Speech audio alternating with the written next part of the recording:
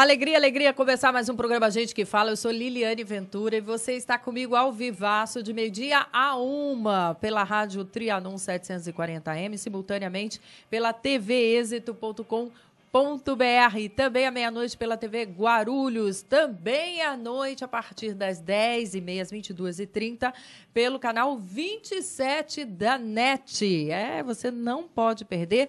Hoje estaremos juntos também no canal 27 da NET às 22h30. Programa imperdível de saúde, onde eu cumprimento os nossos queridos e ilustres convidados. Lembrando que quem está comigo ao vivo participa no 5081-3782, que é o telefone do ouvinte, onde você faz as suas perguntas, tá? De meio-dia a 1. 5081-3782. Agora, para quem não está ao vivo, pode mandar seu e-mail para liliane@tvexito.com.br.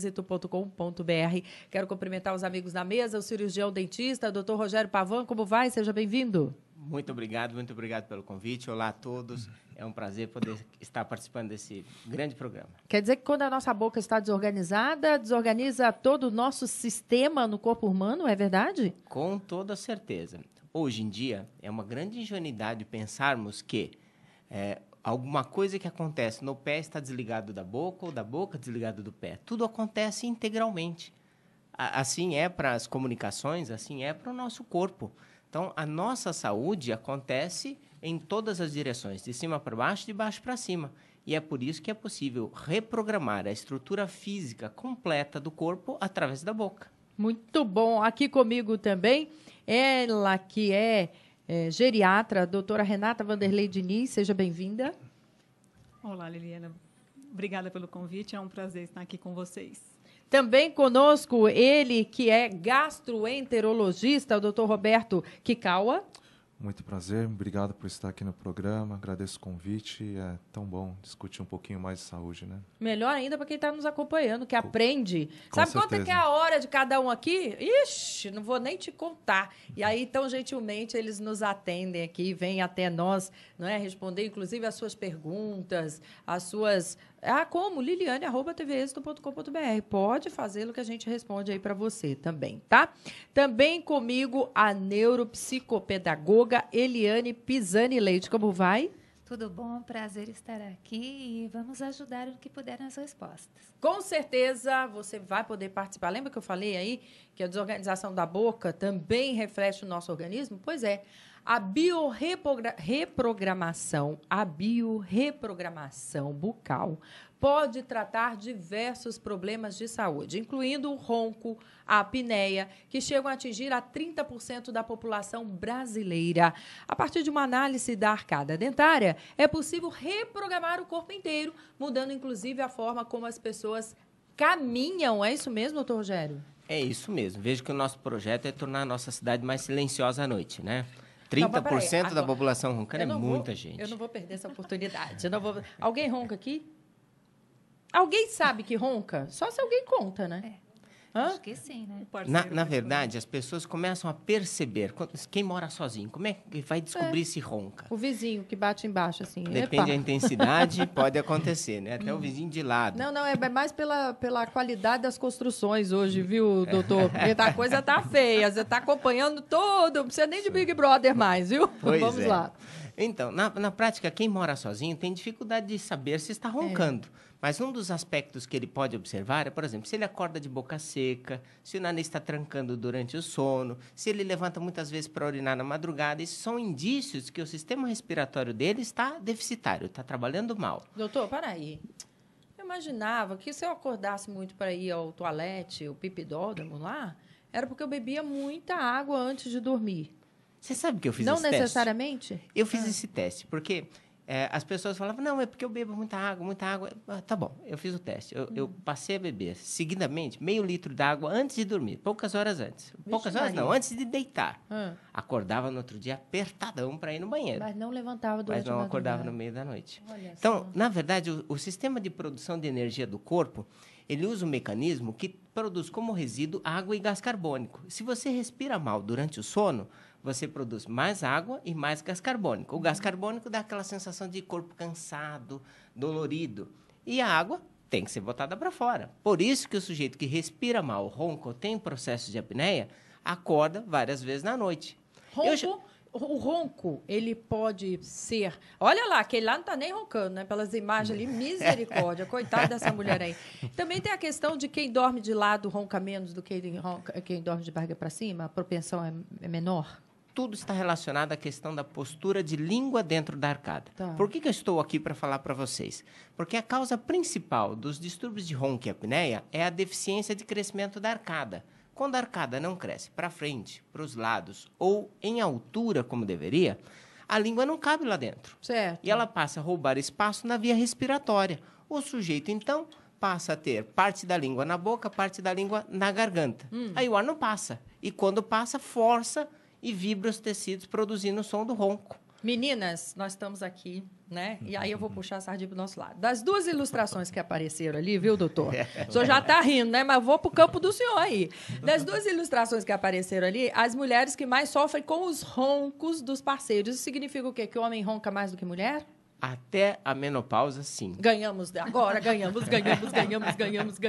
porque olha, só até então só a mulher está na desvantagem. Conte-nos aí. Então, depois dessa fase de maturidade da mulher, ela começa a roncar quase que em igualdade com o homem. Estatisticamente, depois dos 65 anos de idade, a mulher ronca no mesmo nível que o homem em intensidade. A gente tem no consultório tanto mulheres quanto homens se tratando depois dessa faixa, embora é mais frequente os homens. E também é interessante saber que as crianças também roncam e muito. Tem crianças que roncam como adulto. Mas por conta de adenoide, de outras complicações. Pergunta você, o que causou adenoide? Será que não foi a boca? Olha a desorganização por onde começa. Pois então, é isso que a gente quer, que as pessoas reflitam. O trabalho para tratar de uma criança ou de um adulto deve ser multidisciplinar. Não, mas antes de entrar nessa seara ainda, que parece um palavrão como você chegou aí, né? E eu estava te contando que é a biorreprogramação. Eu ainda vou para a área aqui do gastroenterologista que está conosco, que também o que causa o ronco, muitas vezes, é o excesso de peso, não é isso, doutor?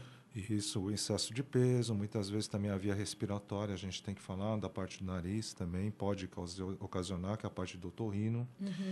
E na minha área, muito importante hoje a parte do peso corporal, o refluxo gastroesofagiano também é um dos fatores que pode causar através da que a gente chama esofagite, né? E alguns autores até discutem hoje o esfíncter superior do esôfago, que podendo causar alterações a nível laringeu, pode trazer também alterações, não só nisso, mas principalmente, e aí o doutor também, Rogério, pode falar também muito bem, que muitas vezes a gente altera, com o refluxo, altera também a parte das glândulas salivares na arcada dentária. E tudo isso faz com que a conformação, muitas vezes, leve você a alterações muito importantes. Agora aqui, a pergunta que não quer calar. O refluxo é aquele mal-estar que a gente sente, aquela queimação no tubo digestivo. Se eu estiver falando errado, para me corrigir, porque eu estou aqui para aprender, viu? E que os grandes professores, né? É aquilo que a gente sente, aquela queimação e mais. Quando a gente é possível nos ouvir, e até quem está próximo a nós também ouve aquele barulho, sabe assim? Que não sei se a sonoplastia está certa, mas enfim, você entendeu o que eu quis dizer aí, né? Está divertido. Significa o quê? Que isso está que é um refluxo mais grave, né? Quando ele faz esse movimento, me parece que peristáltico, não é isso? Falei bonito agora, viu? Peristáltico, aqui, ou não tem nada a ver uma coisa com a outra, isso difere a intensidade, a quantidade com relação ao refluxo, ele não é mensurado através dessa sintomatologia que você está me referindo. Mas principalmente porque todos nós temos 2 a 3 refluxos diários, que é perfeitamente, que a gente diz, fisiológico. Ele só vai ser patológico quando realmente tem alguma alteração que passa desses níveis, que muitas vezes são mensurados hoje através de um exame chamado pH-metria, que é aquela sondinha que coloca no estômago, aí ele mensura o pH do estômago para ver se está indo ácido para o esôfago em excesso. E esse tipo de exame, ele é realmente muito... Os pacientes ficam com medo, né? Porque fica 24 horas com essa sonda, você imagina, né? Nossa, que então desconforto. É um desconforto muito grande. E hoje já há estudos em que vai se desenvolver um exame chamado impedanciometria, que ele pode causar um pouco mais inócuo, e aí vai poder dar realmente um salto, vamos dizer assim, na doença do refluxo gastroesofagiano, que a gente possa fazer um diagnóstico talvez maior na população. Agora, a geriatra Renata, minha pergunta é a seguinte, o idoso, né? E a gente está falando do idoso aí acima de 70 anos, que eu me recuso agora a falar que é 60, 65, gente. O povo está tão bonito, né? O povo está tão vigoroso, graças a Deus. Eu estou achando que eu estou caminhando para lá também, eu vou chegar bem, né? Porque antes a gente via uma pessoa de 40 anos de idade, a gente chamava por senhora. Ainda estão me tratando de você. Então, já estou achando que ainda estou indo bem no caminho, né? Agora, o idoso, ele, por uma desorganização, ou é algo perfeitamente normal, ele dorme mais ou ele dorme menos em função da idade? A tendência é que, com o envelhecimento, o tempo de sono do idoso tem um encurtamento, né? Então, o idoso termina dormindo mais cedo e acordando mais cedo. Então, em média, um idoso de 70, 80 anos tende a dormir 4 a 5 horas por noite. E esse período tende a ser um período que consegue recuperar ele para o dia a dia normal, o que um adulto jovem necessitaria de 6, 7 horas. Né? 6, 7 horas, então já estou ruim, Zenildo. Eu preciso de mais, Zenildo. Hein? 6, 7 horas. Eu dormindo bem, eu durmo 8 horas. Não é? Em média, como é que o organismo responde? O organismo... Para o idoso? 6 horas? É o suficiente? Entre 5 e 6 horas. Que curioso, hein? E é o que os colegas estavam falando em relação à questão do refluxo e da alteração do ronco, é que tem um impacto direto em relação à qualidade de vida do idoso e do adulto jovem, porque a pessoa que ronca, ela tem uma alteração do padrão do sono, e isso faz com que, muitas vezes, no dia seguinte, ele não tenha um sono reparador, então não é um sono que permite que ele se recupere, e no dia seguinte, às vezes, o sintoma que talvez a pessoa que mora sozinha vá apresentar é aquele cansaço. Eu já acordo cansado, eu não rendo ao longo do dia, e eu tenho aqueles lapsos, aqueles né? Cochilos, vários cochilos durante o dia. Então, aquela pessoa que cochila muito durante o dia, atentar se à noite está sendo realmente tendo um sono reparador. Agora, a nossa neuropsicopedagoga que está aqui ao lado, a Eliane, vai falar já do relacionamento com criança. Mas antes eu queria me ater um pouquinho a essa relação com o idoso.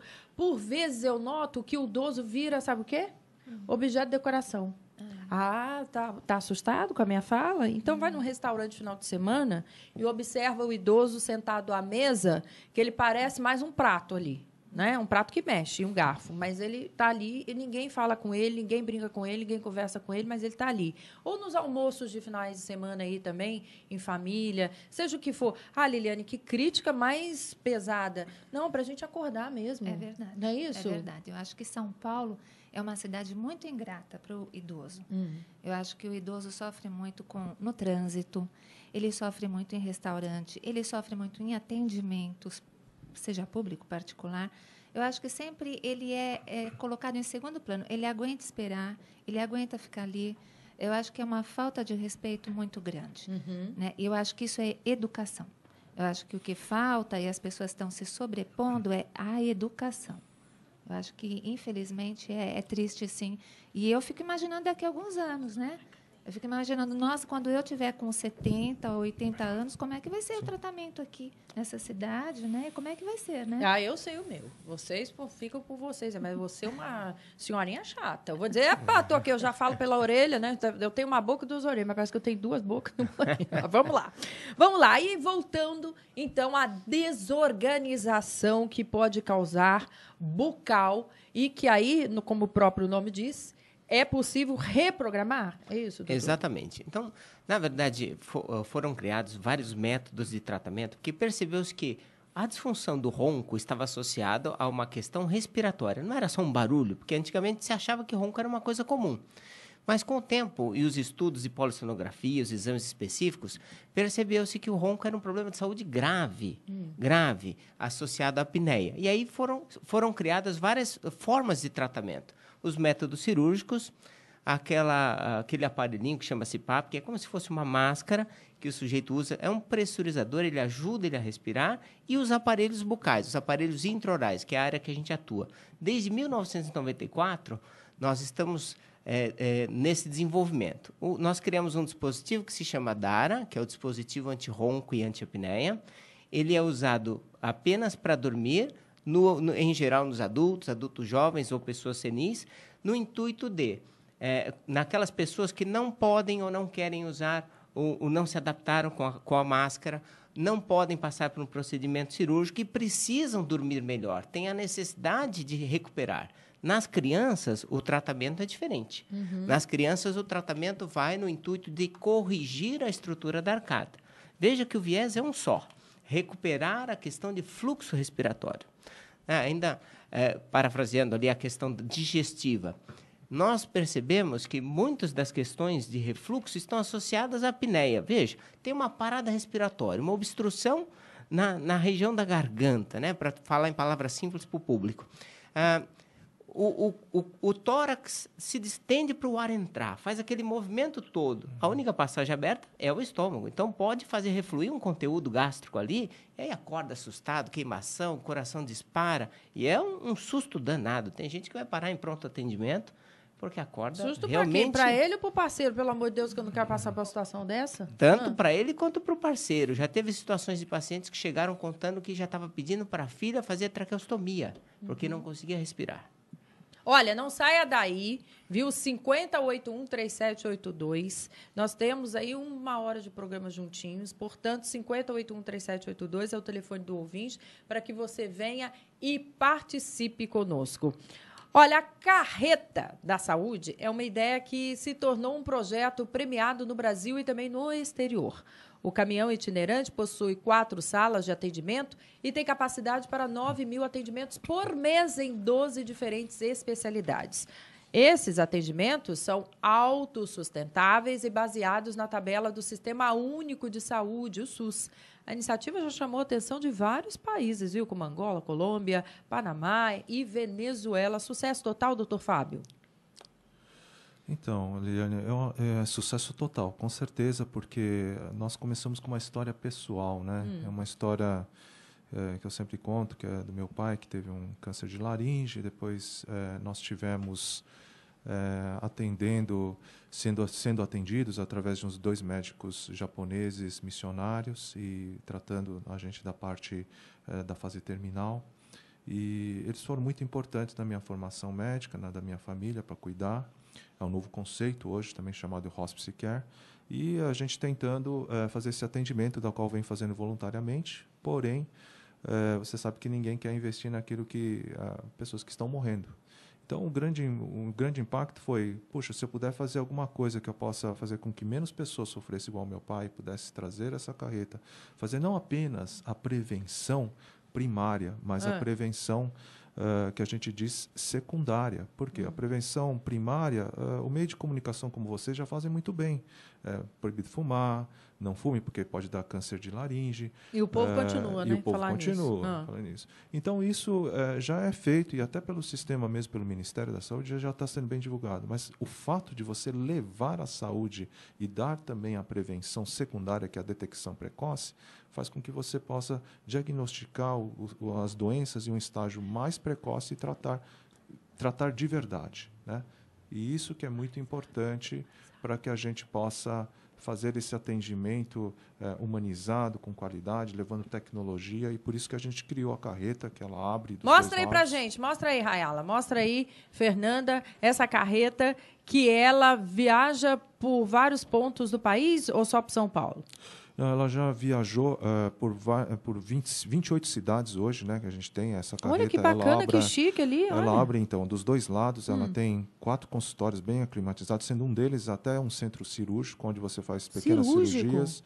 Cirurgia de catarata, fazemos também vasectomia, cirurgia de postectomia, tem um centro de materiais de esterilização. Já fizemos também até saúde bucal nessa carreta. Fazemos oftalmologia, endoscopia, colonoscopia, parte de saúde do homem, saúde da mulher, principalmente a mamografia digital com telemedicina, que é por causa do câncer da mama, que sabe que é o câncer que mais mata mulheres hoje no Brasil. Então, isso permitiu que a gente desse essa acessibilidade para a população, trazendo esse conceito da prevenção secundária, que é a detecção. Aí, como é que vocês fazem? Vocês avisam que estão chegando? Como é que é esse contato com a população local? Como é que é esse atendimento? É por ordem de chegada? Vocês marcam uma agenda previamente? Nós marcamos porque hoje a gente faz muita parceria, tanto do lado do governo, como também fazemos a parceria com os empresários. Então, é uma gestão que a gente chama de gestão inovadora, compartilhada, onde tem a sociedade civil, através de instituições, igrejas, sindicatos, e fazemos também juntamente com o governo local, porque a gente tem que atender a demanda reprimida, não adianta a gente criar mais demandas. No sistema público, se a gente abre a carreta e fala, vamos atender, qualquer um vai atender, mesmo aquele que nem necessita. Ele vai lá por curiosidade e quer fazer o atendimento. Não, temos que atender a demanda que está necessitando reprimida, que já foi atendida. E aí, a gente complementando esse tipo de serviço, a gente consegue dar mais qualidade para a população. Então, hoje, o convite, na realidade, tem sido vários. A gente tem convites até de outros países, como Peru, por exemplo. Estamos indo para o Peru também levar a carreta da saúde, implantando uma nova metodologia compartilhada.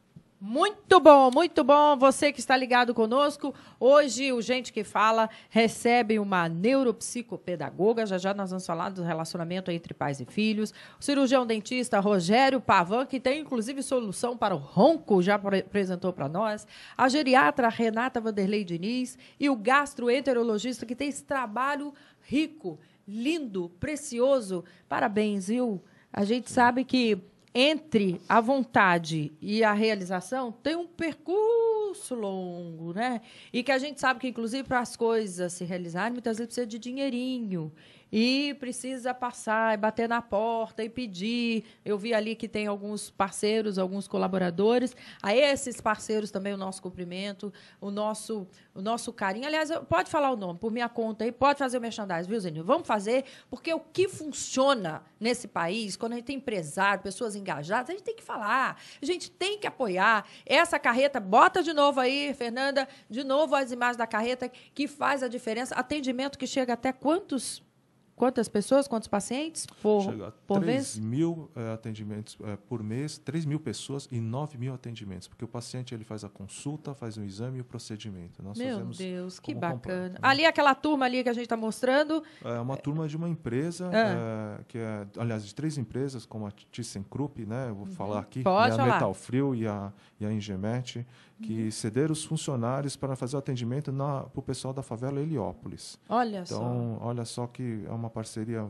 muito bem feita com empresários que permitiram levar esse tipo de atendimento humano e qualificado para essa população. Esqueceu de falar ali, hein? Eu vi mais gente na carreta lá. Mostra lá, Fernanda. Eu vi a Philips apoiando. A Philips, na carreta. A Philips, a Olympus e a Ingemet são as patrocinadoras, e a São Camilo também, o Hospital São Camilo são os patrocinadores mais importantes, que são patrocinadores que, vamos dizer assim, que nos ajudam desde a fundação. Gente, olha ali, climatizado.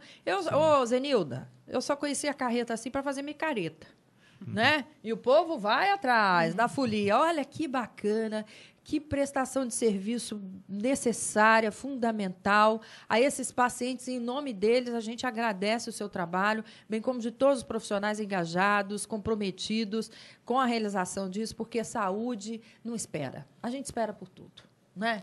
A gente aprende a esperar. A psicopedagoga que está aqui do meu lado.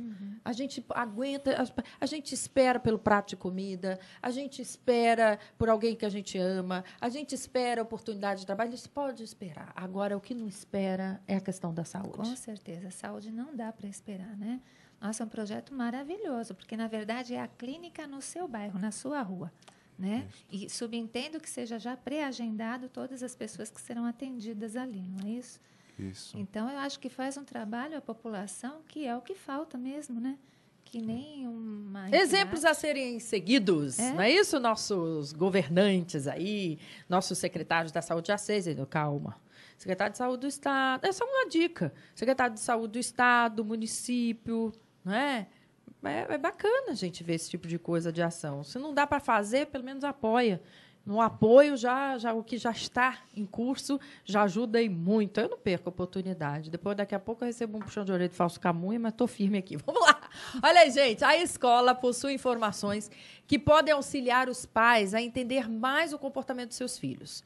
Conhecer o bom relacionamento com professores e colegas e o desempenho nas matérias deficitárias é fundamental. É importante também o diálogo com a criança para que ela possa dizer sobre as suas aflições e dificuldades no dia a dia.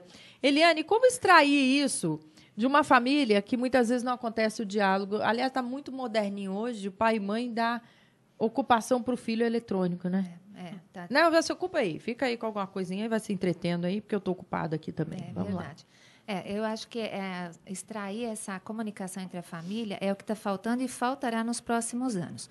Porque com a tendência as pessoas acumularem serviços e trabalhos para arcar com as suas responsabilidades sociais, municipais e tudo mais, a família é óbvio que se dispersa, é óbvio que não vai ter tempo, não é nem falta de vontade, muitas vezes é a necessidade de cumprir com suas obrigações mesmo.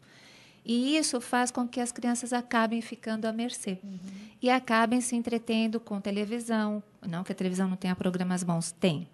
Mais ou menos, né? Se for TV êxito, você pode acompanhar que você vai ficar bem, mas algumas aí dá vontade de chorar.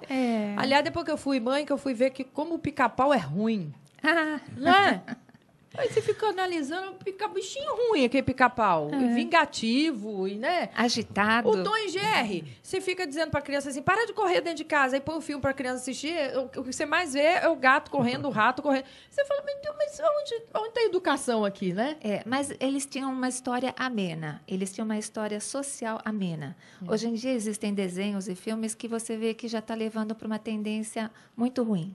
Né? Então, eles eram ingênuos, exatamente como é a cabecinha da criança tem que ser, até certa idade. Né? Então, até melhor do que você pôr a criança num combate sanguinolento ali num joguinho. Vai mais ou menos também. Quer ver só? Sei tudo de universo infantil. Né? 2 em casa. Veja só, sabe aquele inocente, como é que é? Chaves? Sim. O Chaves, o filme, para o adulto, pode ser de entretenimento, porque ele chega a ser bobinho, né? Engraçadinho. Para a criança, o Chaves, a criança, não é bobinho, não. Aquele negócio de dar tapa, empurra. Não é? É tudo que a gente vai na contramão do que a gente espera que a criança tenha como reação. É isso que eu quero dizer. Sim. Né? E aí a crítica como mãe. Sou a Liliane que está fazendo mesmo. Porque eu fico apavorada. Tirando os desenhos da cultura em canais abertos, eu vou sempre para o fechado. Porque é lamentável muito disso, dessa violência praticada. Exatamente. Né? Que é até a moda nas escolas, né? Você já tem o joguinho tal, você já tem...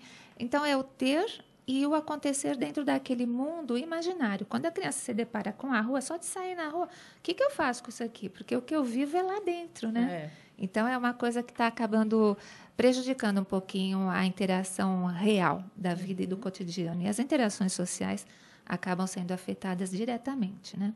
E uma criança desorganizada com a sua saúde bucal também pode refletir no seu crescimento intelectual, doutor Rogério?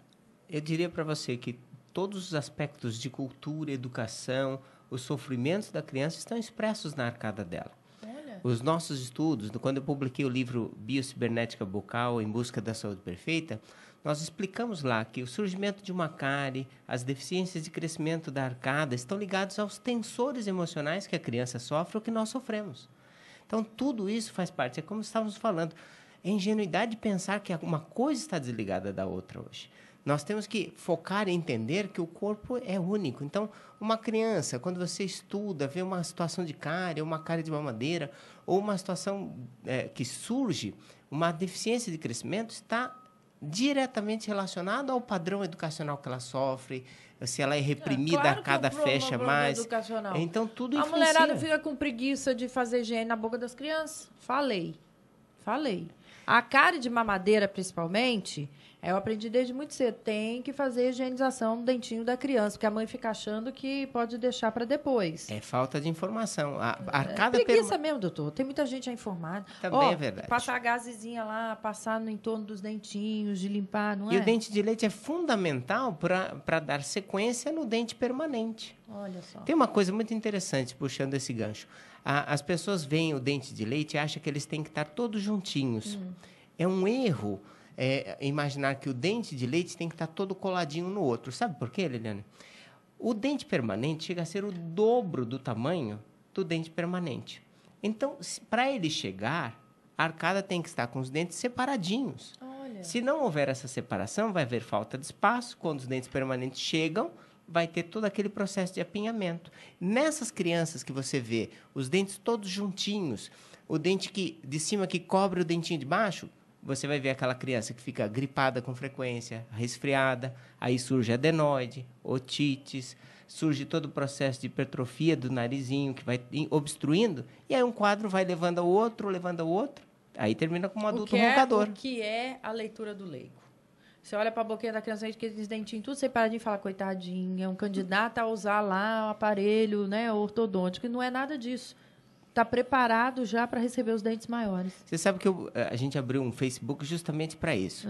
E eu publiquei lá uma radiografia no Facebook que mostrava o tamanho do dente de leite e o dente permanente esperando para chegar. Dá dó da boca do menino.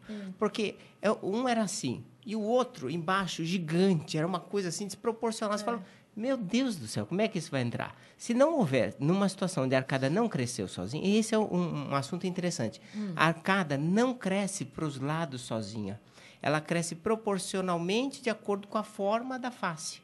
Se não houver um estímulo de correção ortopédica, se a arcada não for estimulada, aqueles dentes vão chegar todos bagunçados. E essa radiografia mostra muito amplamente essa relação. Não tem espaço, não chega.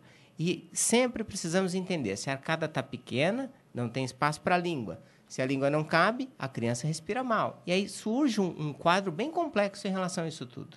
Muito bem. Comigo, por telefone, o meu querido Dr. Nelson Letizo, membro titular da Sociedade Brasileira de Cirurgia Plástica, membro da Sociedade Internacional de Cirurgia Estética e fundador e secretário-geral da Sociedade Brasileira de Laser em Medicina e Cirurgia. Tudo bem, doutor Nelson? Tudo bom, Liliane? Como é que você está? Alegria em recebê-lo, sobretudo porque vamos falar sobre envelhecimento cutâneo?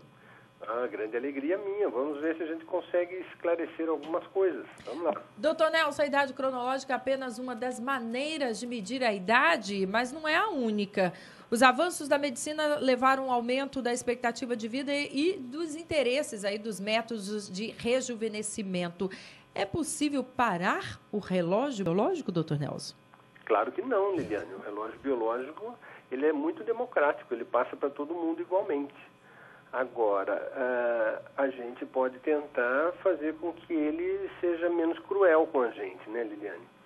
Então, nós temos que nos cuidar. E quais os principais métodos utilizados para tratamento do envelhecimento cutâneo? Liliane, via de regra, alimentação. O básico da nossa vida é uma boa alimentação. Exposição exagerada ao sol, hábitos, fumar, dormir pouco, não cuidar da pele. Uma série de coisas, Liliane, é uma gama tão grande de cuidados que você pode ter com a pele, que é muito grande. Eu vou passar um creminho, tá? Ele passa vaselina na pele. Vaselina é derivado de petróleo, ele vai besuntar a pele, não vai hidratar. Então, uma série de coisas, Liliane. E principalmente a alimentação, Liliane. Hoje a gente tem algumas drogas, alguns componentes muito interessantes para que a gente tome, para que melhore a pele, o osso, unha, cabelo, uma série de coisas. Então, é muito importante. E qual é a diferença entre envelhecimento intrínseco e extrínseco? Isso, Liliane. O envelhecimento intrínseco é aquele nosso, por dentro, aquele que eu falo. Uma má alimentação, um cuidado com a própria saúde de uma maneira geral, que o maior órgão que nós temos é a pele. E se a gente não cuida bem dos órgãos, ou seja, eu volto a falar, uma alimentação ruim, hábitos ruins, falta de atividade física, exposição excessiva ao sol, você vai ter um problema intrínseco muito ruim. Agora, o extrínseco é aquele que aparece, né? Aquela falta de cuidado com o creminho, com uma boa hidratação, com uma série de coisas que você pode fazer. Hoje nós temos umas medicações, um deles chama o X-Nutriment. O que ele é? Silício. Eles conseguiram desenvolver uma maneira que o silício é um mineral. E a gente precisa do silício. Após 30 anos de idade, o silício vai para o quiabo. A gente não tem mais. Então, a gente teria que repor esse silício. Então, eles conseguiram, juntando o silício ao peptídeo, fazer com que a gente, tomando esse silício, a gente consiga absorver esse silício. Tá certo, eu quero aqui agradecer a nova participação do meu querido Dr. Nelson Letizo. Um beijo, muito obrigada. Liliane, muito bom falar com você e você está sempre orientando o pessoal, né, Liliane? Então, isso é muito importante. E o pessoal, principalmente, Liliane, a alimentação é a base de tudo, né, Liliane? Com certeza. Muito obrigada, doutor Nelson. Um abraço. Um beijo para você. Saúde e paz, Liliane. Saúde e paz. Gente, a discriminação cotidiana é como um pedágio que o idoso paga sem perceber. Acompanhar o processo da falta de independência do idoso, tanto para ele mesmo quanto para os familiares, traz um profundo sofrimento emocional. Aceitar esse processo trava-se uma luta diária para os dois lados, uma vez que traz medo, angústia, resistência e paciência dos familiares. É isso, doutora Renata? Isso, Liliane. Acho que a gente pode retomar um pouquinho aquela conversa que você trouxe lá no início do nosso bate-papo em relação à mesa do almoço, né, em que o idoso fica ali sentado no canto, pouca atenção é dada, porque muito é associado o envelhecimento a uma perda de autonomia e independência. E, na verdade, o envelhecimento, ele não a perda de independência e de autonomia, ele não é sinônimo de envelhecimento. Então, acho que a gente tem muito a imagem do idoso, aquela pessoa com alto grau de dependência, mas o que a gente vê cada vez mais é um envelhecimento ativo. E é isso que a função do geriatra, de todos os profissionais de saúde, para tentar manter esse idoso cada vez mais ativo na sociedade. Né? E aí, um dos grandes medos realmente do idoso é essa perda de independência e autonomia que as pessoas já taxam como relacionadas à idade e, principalmente, acho que desde que a gente nasce, cresce, a gente é treinado e estimulado a se tornar seres independentes. Né? Então, acho que por isso tanto medo e tanta angústia relacionada a isso, e aí o nosso papel fundamental de participar ativamente a manter esses idosos ativos. Isso significa o que na prática? Como é que eu posso, a partir de agora que eu estou assistindo essa entrevista no programa Gente que Fala, me dar conta e partir para a ação de fazer esse movimento com o meu idoso em casa? Isso, acho que uma coisa fundamental, o doutor Nelson até citou agora há pouco, em relação a hábitos de alimentação saudáveis, prática de atividade física, ter uma avaliação, um olhar do idoso como um todo, e é como um todo mesmo, inclusive a parte ambiental, para diminuir risco de queda, porque queda é algo que tem alto impacto na qualidade de vida do idoso, pelo risco de fratura, etc. Então, às vezes, a iluminação da casa, o tapete que tem na sala, que às vezes o idoso tem um apego de não querer tirar aquele tapete, aquele chinelinho que é propício para cair, são coisas que a gente tem que ficar atentas no dia a dia para tentar manter esse idoso ativo a maior parte do tempo e permitir que ele tenha uma posição em relação à autonomia, que é diferente de independência. Né? Então, a dependência e independência está relacionada com a parte física, a capacidade de fazer as coisas do dia a dia, e a autonomia, a capacidade de decisão, de se tornar um ser ativo na tomada de decisão. Então, não é porque o idoso pode ser uma pessoa dependente, por exemplo, aqueles pacientes que tiveram uma queda, uma fratura, ou que tiveram um AVC, eles são dependentes fisicamente, mas eles ainda são autônomos, eles têm capacidade de decisão, e a gente tem que participar deles da tomada de decisão. Não, porque isso, a nossa psicopedagoga aqui, para dizer bem, isso vai acontecendo em pílulas, você vai anulando o outro, do tipo, não, mamãe vai comigo. Mamãe vai comigo como? Você perguntou se ela quer ir com você? Né? Família que tem mais de um filho, né? Geralmente é assim, não, mamãe, você vai tomando decisão pelo outro. Não é? Isso mesmo. E, por vezes, a gente quer crer que seja por amor, por cuidado, mas também por amor a gente erra, ou com amor a gente erra. Então, há de se ter muito cuidado mesmo para que não torne o outro, além de dependente, impotente. Né? Porque, na verdade, o idoso na nossa sociedade, o que se fala é assim, mas você adquiriu sabedoria. Mas os jovens ignoram essa sabedoria, não são educados a escutar essa sabedoria, a respeitar essa sabedoria. E na vida, a gente passa por tantas coisas no dia a dia, principalmente na fase jovem, para evoluir e adquirir sabedoria. E aí você ignora aquele que já tem e pode te transmitir. Né? Então, é uma coisa que é um pouco falta de inteligência, na minha opinião, quando você ignora ou não dá a vez do outro participar. né? E o idoso, ele traz isso para a gente. Ele traz a sabedoria, então ele vai ajudar nas respostas, né? No caminho. E ignorar ou deixar de utilizar essa sabedoria que tem dentro de casa, eu acho que é a falta de inteligência.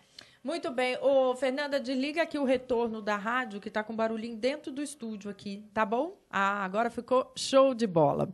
Muito bem, agora eu quero ouvir também como é que é essa organização, e agora eu quero ouvir como é que é essa organização, desorganização do nosso dentista aqui de plantão na boca do idoso. Você tocou num assunto bastante interessante. Eu quero puxar um gancho lá do Dr. Nelson a respeito de uma questão. Falou-se bastante da alimentação. E eu acho fundamental. Exercício físico, indispensável. Exercício físico para o idoso, basta se movimentar, fazer pequenos movimentos, não precisa sair correndo, é um absurdo, mas manter-se ativo. Agora, tem um ponto que, antes da biorreprogramação bucal, não se falava, e hoje nós podemos falar com muita liberdade, é que não se sabia que era possível ampliar a capacidade respiratória das pessoas. Olha só. E isso é possível através da boca. Então, eu sempre brinco, digo que oxigênio no corpo é igual dinheiro no bolso. É bom quando está sobrando, não é assim? Então, na prática, a gente faz uma brincadeira para que as pessoas entendam. Hoje, é perfeitamente possível ampliar a capacidade respiratória de uma pessoa. Então, quando você amplia a capacidade respiratória de um idoso, você prolonga a vida dele com qualidade. Então, isso pode ser feito através de uma programação de próteses adequadas. Esta mesma prótese que amplia a capacidade respiratória, que melhora a condição mastigatória dele no sentido de digestão do alimento, vai ampliar o processo da respiração, vai dar para ele qualidade de vida, equilíbrio, porque não tem como haver um equilíbrio pleno sem uma arcada bem estruturada. Então, isso vai mexer e melhorar a qualidade de vida do idoso amplamente. Então, é muito importante essa soma. Aqui estamos com uma equipe maravilhosa hoje, hein? Opa! Nossa, Mas, muito aqui, bacana aqui. Sob a batuta do jornalista Fausto Camunha, que é o diretor-geral, produção Zenilda Salvato, desculpa a apresentação de Liliane Ventura que vos fala. A gente realmente tem um compromisso com o nosso telespectador, porque quem acompanha, quem assiste ao programa Gente que Fala, não sai igual como entrou. Não sai. Porque aqui, no mínimo, você aprende um pouquinho, sem falar no pocão. Né? Vide aqui a qualidade dos profissionais que aqui estão. Aí, de novo, a gente agradece a participação de vocês, viu? Muito bem, vamos para o próximo assunto? Vamos para o próximo assunto. Lembrando, gente, que você pode participar conosco no liliane@tvexito.com.br. É isso mesmo, liliane@tvexito.com. De novo, liliane@tvexito.com.br. Lá você pode, inclusive, sugerir pautas, dizer, olha, Liliane, gostaria de ouvir determinado profissional de determinada área. Pode pedir para nós que a gente vai te atender com muito carinho. E já, aqui chegando para nós, os e-mails, né? Para que eu possa também inquirir, né, ou perguntar aos nossos queridos amigos da mesa. Como gastro, quais são as complicações mais comuns da pessoa da terceira idade?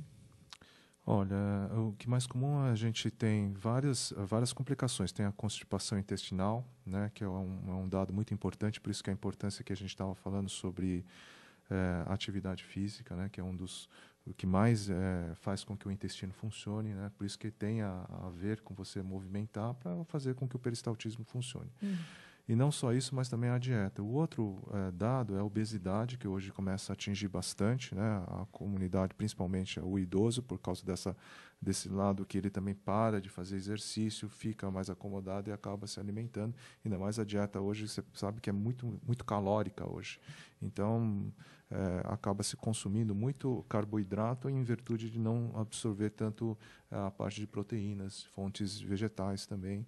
E, com isso, também é uma das patologias que leva à constipação. O segundo também é o que a gente vem comentando, que já vem junto com a obesidade, vem a doença do refluxo gastroesofagano também. que aí sim também é um dado que a gente também tem que começar a ter uma visão um pouco maior no idoso, porque já começa, a gente vê indícios que isso é uma sintomatologia que aparece no jovem adulto, na vida cotidiana direta das grandes metrópoles, mas que já está começando principalmente, por quê? Porque a nossa pirâmide, hoje, cada vez mais, ela já está virando um losango, né, Liliane? Por quê? Porque ela está começando eu creio que agora, na próxima década, nós vamos ter uma expectativa de vida maior e com uma pirâmide totalmente modificada. O senhor acha que o senhor vai viver quanto tempo? Olha, eu pretendo viver o quanto Deus me permitir, Vocês já pararam para pensar nisso? A gente fica falando como se fosse o outro, né? Nunca nós. Nós também seremos beneficiados sim. disso aí. Já parou para imaginar assim? Será que eu vou viver até quantos anos? E você aí de casa que está nos ouvindo, está nos acompanhando, né? Pela internet, pela TV Êxito.com.br e também pela TV Guarulhos, pela TV NET 27 do canal da NET. E aí, você já parou para imaginar isso? Vamos viver mais tempo, viu? E, portanto, esses cuidados que parecem aí distantes, né? Para daqui a pouco, não, eles já têm que começar desde já, não é isso? A partir de que idade a gente vai no geriatra? A gente costuma dizer que a gente deve ir ao geriatra quando a gente percebe que a gente vai envelhecer. Ixi, não vou nunca. Vou admitir quando? Fala sério, vamos lá. Principalmente porque o objetivo do geriatra primordial e do gerontólogo e de todos os profissionais de saúde que trabalham com a população idosa é realmente prevenção e promoção de saúde. Então, o trabalho que o colega faz é espetacular, realmente, de levar saúde nas comunidades, porque eu acho que é o essencial, a gente prevenir doenças e estimular a qualidade de vida das pessoas. Então, a ideia é, o quanto antes a gente percebe, o quanto antes a gente muda nossos hábitos de vida, melhor vai ser nossa qualidade de vida quando a gente chegar lá na frente. Muito bem. Então, a minha primeira visita pode acontecer a partir dos 55 anos? Sim. Pode? Sim. Não, estou indo lá já, vou marcar lá a consulta. Assim, ficar quieta. Muito bem, vamos para a hora e vez aqui do ouvinte, as perguntas que começam a chegar através do e-mail, né? Para você que está nos acompanhando aí, liliane@tvexito.com.br. A começar por ela aqui, ó. A vista ficando curta é sinal de idade que já está chegando, né? É um dos sintomas? Marca uma consulta, Liliane. Olha lá, o outro já se antecipou aqui.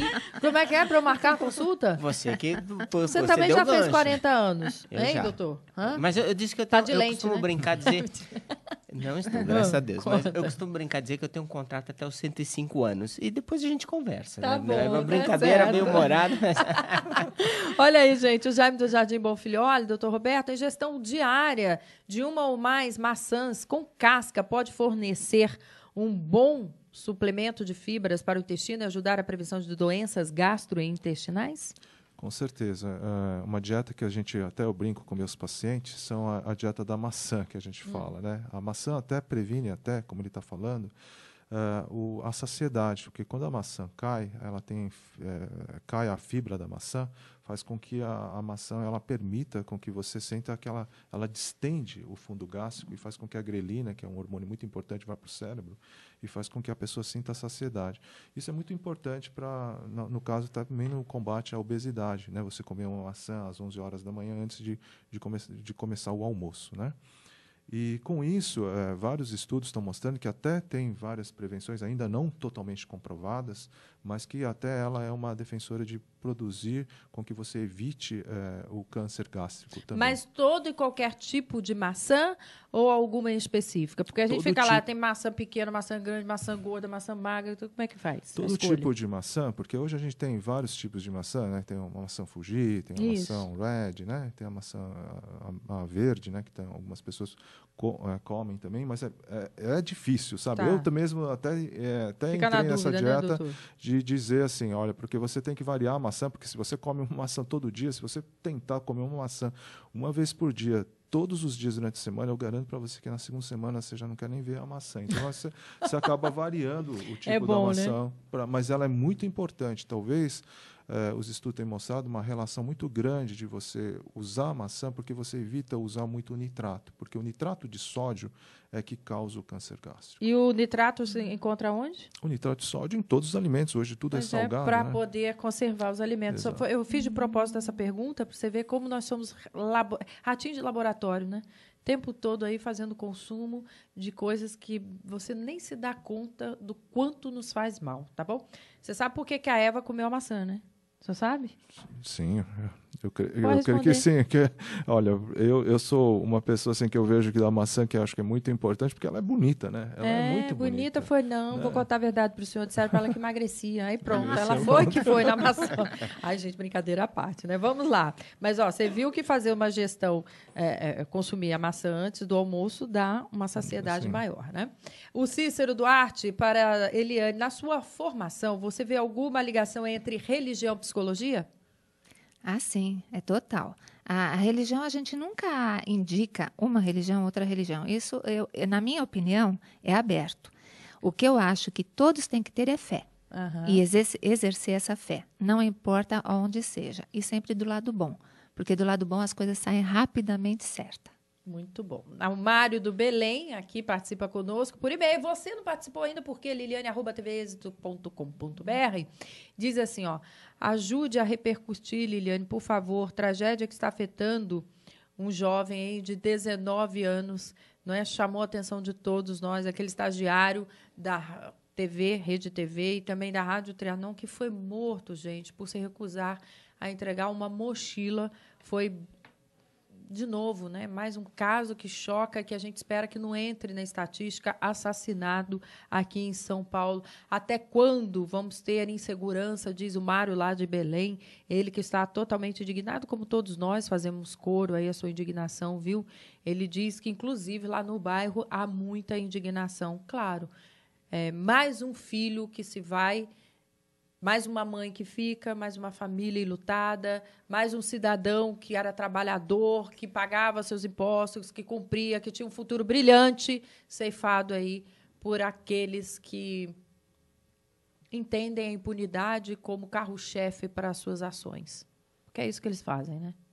A Aparecida da Lapa, doutor Roberto, quero saber onde está essa carreta. Quero fazer parte, quero ir até ela. Tem algum site, algum lugar que a pessoa possa acompanhar? Tem o site, é o www... Carreta da Saúde, viu, gente? Para você que está chegando agora. É o www.projetocs, C de casa, I de igreja, E de elefante, S de sapo, projetocs, tudo junto, .com.br ou .org.br. Né? De novo, a gente põe aí no vídeo aí já para você o endereço, a assessoria ajuda a gente lá para que possa a pessoa identificar direitinho onde achar.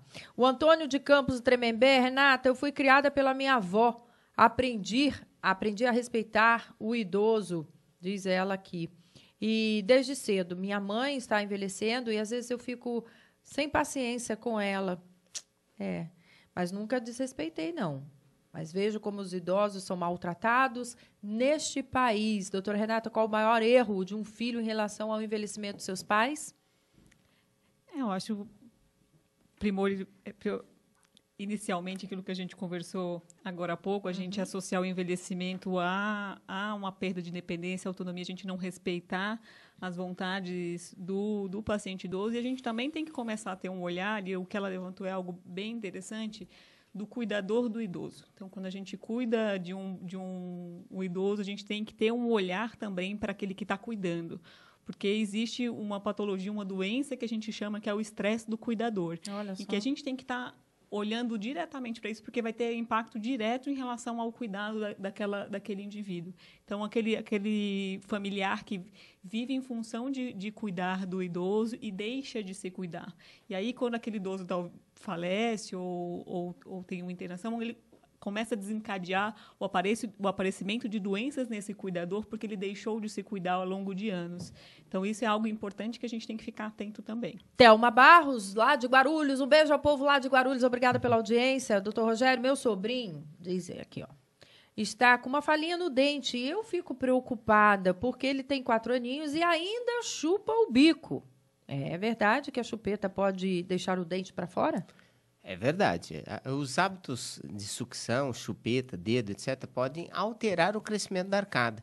Tudo porque fortalece essa musculatura aqui da bochecha, ela aperta a arcada e aí a arcada tende a ir para frente, gera uma deformação, né? Então, a chupeta pode não ser o único causador, mas o conjunto dessas coisas vão alterar, e se ele tem uma falha, perdeu um dentinho de leite, a recomendação é que o seu dentista faça um pequeno aparelhinho, como se fosse um aparelho corretivo, para suprir aquele dente perdido, senão a arcada começa a girar para um lado e para o outro e desestrutura toda a arcadinha dele. É claro que pode ainda aproveitar nesse momento o mesmo aparelhinho que vai colocar o dentinho que falta, pode já iniciar uma correção, uma expansão, uma dilatação da arcada, prevenindo problemas no futuro. Então, aproveita para trabalhar a questão respiratória, aproveita para trabalhar até a questão postural da criança, que está relacionada à arcada. A nossa neuropsicopedagoga aqui, vamos dar uma orientação lá para esse menininho soltar esse bico, Jesus. 4 aninhos. Isso vai ter que ser feito assim, exatamente para soltar a mamadeira, né? Tem que tirar e tem que negociar com a criança. Às vezes a criança vai chorar, mas ela vai compreender que ela tem que trocar. Pode ser uma coisa abrupta. Vou falar, Liliane, vou falar.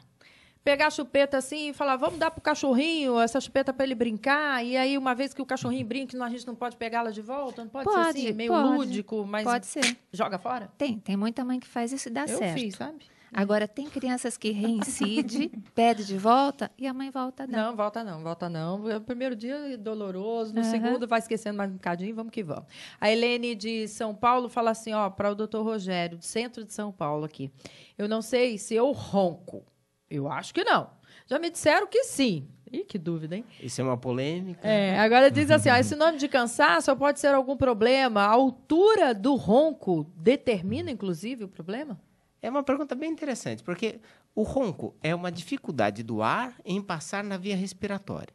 Consequentemente, quanto maior a intensidade do ronco, maior a dificuldade da passagem do ar. Então, de fato, é isso. Se a pessoa ronca esporadicamente, vez ou outra, talvez ela nem perceba. E alguém pode ter visto no momento que ela está roncando. Mas isso já é um indício. Preste atenção. Porque quando o corpo... Eu acredito o seguinte, que o corpo não é doente. Eu acredito que o corpo tenta falar com a gente todo o tempo. Então, começou a surgir o barulhinho do ronco. O que o corpo está dizendo? Olha, eu tentei fazer o evento respiratório do jeito que dava, não deu. Agora, me ajuda. Né? Então, ele está pedindo ajuda. E é claro, tem hora que ele grita, faz aquele ronco de... derrubar a parede, faz aquela coisa toda. Por quê? Ele está necessitado de ajuda. Então, quanto maior a intensidade do ronco, maior a dificuldade respiratória. E tem aquela situação de parada, aí para de respirar, acorda. A maioria das pessoas começam a perceber que tem ronco quando tem apneia. Para de respirar, acorda assustado, etc. e tal. Para ela saber se ronca, observe se você acorda com a boca seca, se de vez em quando tem as amígdalas que ficam inflamadas, doloridas, se o teu nariz tem entupido. E é claro, se estiver acontecendo associado à apneia, aí já começam outros sintomas. Acorda indisposta pela manhã, levanta algumas vezes na madrugada para urinar, tem dores de cabeça na madrugada ou logo pela manhã, baixo rendimento durante o dia, se sente preguiçoso, se sente lento para fazer as coisas.